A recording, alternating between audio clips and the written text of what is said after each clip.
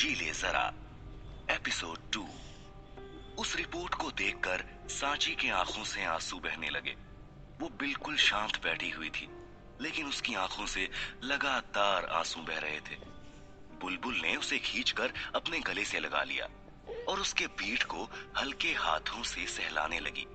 अभी तक जो सांची बिल्कुल शांत थी, एक सहारा मिलने पर वो फूट फूट कर रोने लगी। उसने बुलबुल पर अपनी पकड़ कस ली और जोर जोर से रोने लगी। सांची की पकड़ से ही बुलबुल समझ पा रही थी कि अभी सांची क्या महसूस कर रही होगी। अपनी बेस्ट फ्रेंड को इस हालत में देखकर उसे खुद भी रोना आ रहा था, मगर ये समय सांची को संभालने का था। संभालो खुद को सांची, कुछ भी नहीं हुआ है तुम्हें। ये बस थोड़े सिम्टम्स हैं, तुम खुद को शांत रखो।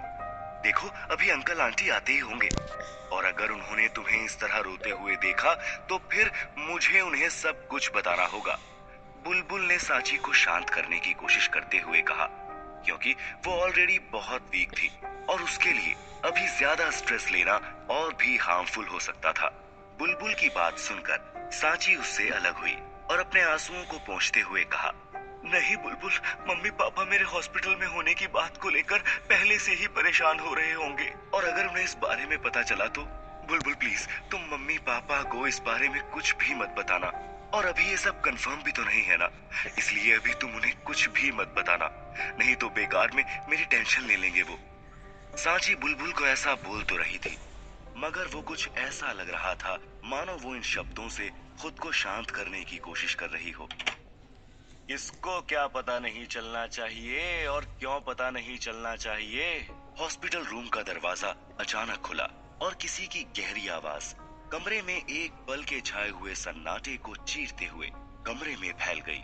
सांची और बुलबुल ने मुड़कर कमरे के दरवाजे की तरफ देखा तो एक पल के लिए दोनों वहीं पर जम गई। उन्हें पता नहीं था कि उस शख्स के इस सवाल का उन्हें क्या जवाब देना है। वो शख्स चलकर सांची के बेड तक पहुंचा तो बुलबुल अपनी जगह से हटकर साइड में खड़ी हो गई और टॉपिक को चेंज करने की कोशिश करते हुए कहा, अरे अंकल आंटी, आप लोग आ गए, आइए ना बैठिए। ये अनामिका जी और कैलाश जी ही थे। बुलबुल की नजर नीचे गिरे हुए सांची के रिपोर्ट्स पर गई तो उसकी आंखें हैरानी से चौड़ी हो गई। उसने अपनी नजरों को ऊपर करके देखा तो कैलाश जी और अनामिका जी का ध्यान उसकी ओर नहीं था। मौके का फायदा उठाकर बुलबुल ने अपने पैर से रिपोर्ट्स को बेड के अंदर धक्का दे दिया। अनामिका जी, जो कैलाश जी के पीछे खड़ी थी, वो जल्दी से आकर सांची के पास बैठ गई और उसका चेहरा अपने हाथों में लेते हुए कहा, बेटा तू ठीक तो है ना, और अचानक तुझे हॉस्पिटल आने की क्या जरूरत थी? सुबह तक तो तू बिल्कुल ठीक ही थी, फिर अभी क्या हो गया? और देख तू कितनी कमजोर लग रही है। मम्मी मैं बिल्कुल ठीक हूँ, देखो आप, कुछ नहीं हुआ है मुझे।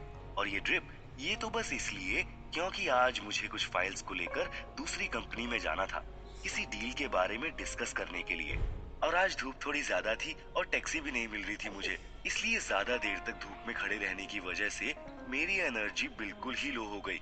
इसीलिए मम्मी मेरी बॉडी में बस ग्लूकोज डाली जा रही है और बाकी कुछ भी नहीं हुआ है मुझे, मैं बिल्कुल ठीक हूँ।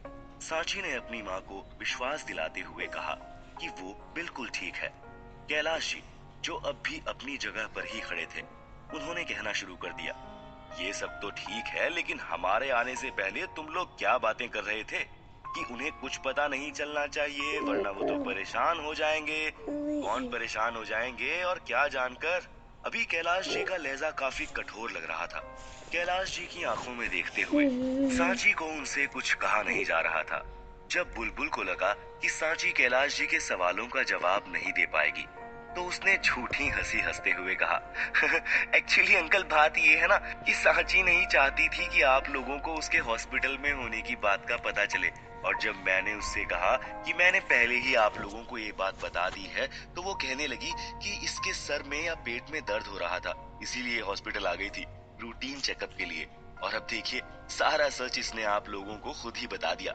ऐसे में तो तुम मुझे ही झूठा साबित कर देती सांची, मुझे मना करने के बाद खुद ही ने सब बता दिया तुमने।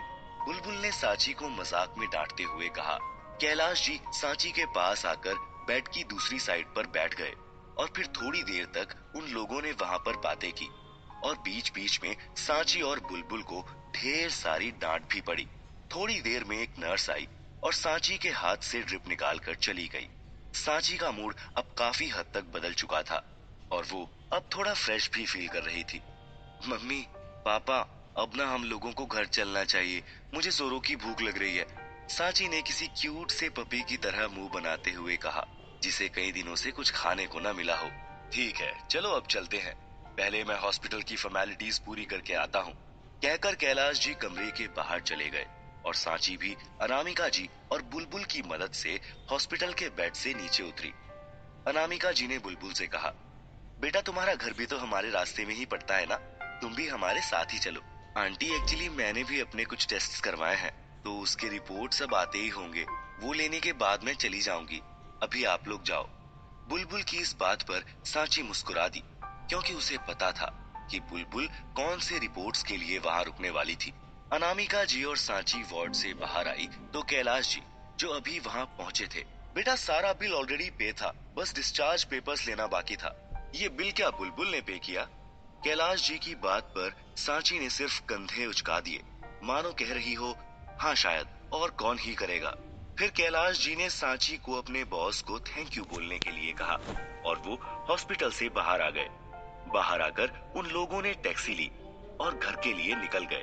इधर बुलबुल ने सांची के सारे रिपोर्ट्स कलेक्ट किए और डॉक्टर से सारी बातें डिस्कस करने के बाद वो भी वहां से अपने घर के लिए निकल गई। 1 घंटे बाद सांची अपने मम्मी पापा के साथ घर आ चुकी थी और अब वापस उसका मूड पहले जैसा हो चुका था। उसके चेहरे से उसकी प्यारी मुस्कान गायब थी।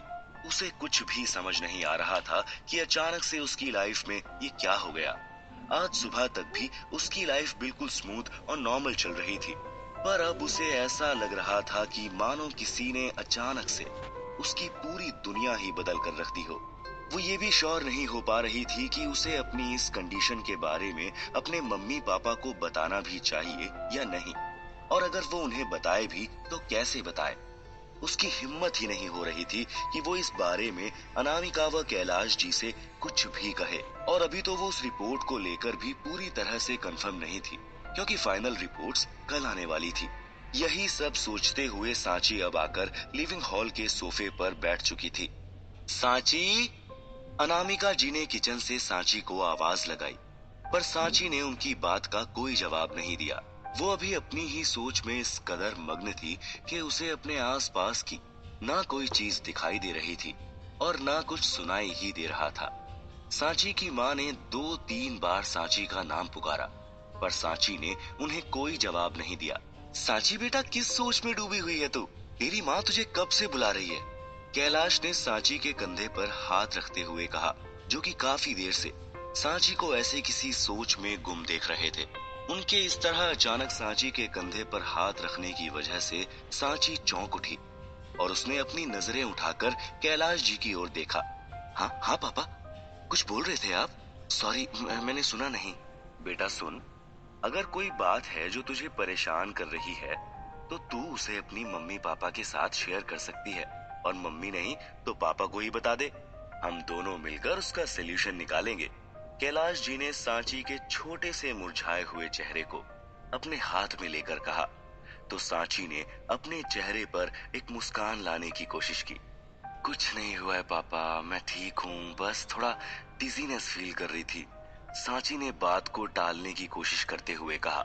सांची बेटा, कब से बुला रही हूँ मैं तुझे, कहाँ है तू? बोलते हुए अनामिका जी किचन से बाहर आई। जब उन्होंने देखा कि सांची और कैलाश जी लिविंग रूम में बैठे आराम से बातें कर रहे हैं, तो वे भी वापस किचन में जाकर खाना बनाने लगी। आधे घंटे बाद डिनर टेबल पर खाना रेडी था। 3 लोग बैठे आराम से अपना खाना खा रहे थे। तभी अनामिका जी ने कहा, सांची बेटा, अभी तेरी तबीयत कुछ ठीक नहीं है ना, तो तू एक काम कर, कल काम पर मत जा। एक दिन के लिए रेस्ट लेना तेरे हेल्थ के लिए ज्यादा अच्छा रहेगा। सांची ने उन्हें कोई जवाब नहीं दिया, बस हौले से अपना सर हाँ में हिला दिया। खाना खाने के बाद सांची ने किचन में अनामिका जी की थोड़ी हेल्प की। फिर दोनों को गुड नाइट बोलकर वो अपने रूम में सोने के लिए आ गई। लेकिन नींद आज उसकी आंखों से कोसों दूर थी। उसे इंतजार था तो बस कल आने वाले उसके चेकअप के फाइनल रिपोर्ट्स का। उसने बुलबुल को मैसेज करके कल रिपोर्ट्स के आने का टाइम पूछा। तो बुलबुल ने उसे 10 बजे का समय बताया और कहा कि वो भी उसके साथ चलेगी। पर सांची ने उसे मना कर दिया और अपनी कुछ पुरानी दर्दनाक यादों में खो गई, जो उसके लिए भूलना बिल्कुल ही नामुमकिन था। अगली सुबह अनामिका जी और कैलाश जी की आंख घंटी की आवाज और एक मधुर सा भजन सुनकर खुली। जब वे बाहर आए तो उन्होंने देखा कि सांची मंदिर में आरती कर रही थी। अच्युतम केशवम कृष्ण दामोदरम राम नारायणम जानकी वल्लभम। अपनी पूजा पूरी करने के बाद सांची मंदिर से बाहर आई और अनामिका जी व कैलाश जी के पैर छूकर उनसे आशीर्वाद लिया। फिर सांची ने कहा, मम्मी पापा आप दोनों जल्दी से फ्रेश होकर आइए, आज का नाश्ता मैंने बनाया है। उन दोनों के लिए ये बिल्कुल भी नया नहीं था, क्योंकि सांची अक्सर सवेरे उठकर पूजा किया करती थी और सबके लिए नाश्ता बनाती थी। वो दोनों फ्रेश होने के लिए चले गए और सांची किचन, उसे रात भर नींद नहीं आई थी, इसीलिए वो सुबह ही किचन के कामों में लग गई और फिर पूजा करने चली गई। थोड़ी देर बाद नाश्ता करने के लिए सब डाइनिंग टेबल पर आ चुके थे। सांची ने अनामिका जी और कैलाश जी के प्लेट में खाना सर्व किया और फिर अपने लिए भी लेकर बैठ गई। खाने के दौरान बीच बीच में कैलाश जी ने काफी बार सांची के बनाए खाने की तारीफ की, जिसके बदले सांची हल्का सा मुस्का देती, लेकिन उसकी मुस्कान जल्दी ही गायब हो जाती। नाश्ता करने के बाद सांची ने कहा, ओके मम्मी पापा मैं चलती हूँ, ऑफिस का टाइम हो गया है। सांची की बात पर अनामिका जी ने फिक्र भरे लहजे में कहा, पर बेटा कल रात ही तो तूने कहा था ना कि आज तू ऑफिस नहीं जाएगी बल्कि घर पर ही आराम करेगी। तो फिर? मम्मी वो मैंने घर पर रहने के लिए हाँ कहा था, क्योंकि तब मेरी तबीयत ठीक नहीं थी, लेकिन अब तो मैं बिल्कुल ठीक हूँ ना, तो सोचा कि चली जाती हूँ, क्यों छुट्टी करूँ अब। अनामिका जी की बात को बीच में ही काटते हुए सांची ने कहा और इतना बोलकर वो घर से निकल गई। अनामिका जी ने कुछ कहना चाहा, लेकिन तब तक सांची निकल चुकी थी। तभी कैलाश जी का फोन रिंग करने लगा।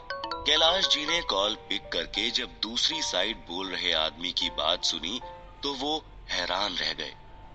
इधर सांची को ट्रैफिक की वजह से हॉस्पिटल पहुंचने में काफी टाइम लग गया और अब तक सुबह के 10:30 बज चुके थे। रिसेप्शनिस्ट के पास जाकर सांची ने डॉक्टर बत्रा के केबिन का पता पूछा और फिर वो एलिवेटर की तरफ आ गई, मगर एलिवेटर्स भी बिजी थे, इसलिए उसने सीढ़ियों का रास्ता ही चुन लिया।